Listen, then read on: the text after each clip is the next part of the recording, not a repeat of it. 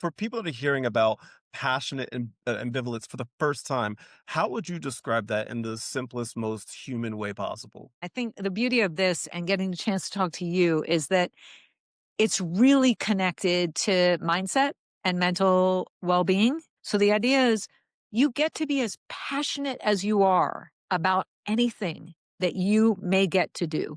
You're allowed to be passionate. Our culture tries to discourage you from doing that. And ambivalence is this idea that even though you're allowed to be excited, if you can coach yourself into a mindset of being unattached about whether you'll get a certain job, whether you'll make your next sale, whether you'll hit your growth projections for your company this year. If you can keep a little healthy unattachment to that, then you will be more likely not just to be happier, which is cool, but also to achieve your goals. Why is it so hard, Sue? It's like it's because it sounds so simple, right? Like we listen to it, we hear it, and then we try to put it out in the world, and it's just so difficult because you talk a lot about letting go of the outcome while still like deeply caring for your work. How do we find that balance when it's so hard for most of us to find that balance, Okay, well, internally? I have a thought that just had Yeah. just as you were talking, just the way you were talking about that, and that's we have some belief that our begging or lowering our price point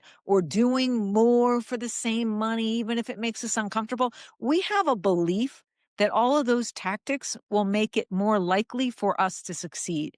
And candidly, let's take this into the personal life view because I think this belief applies there too.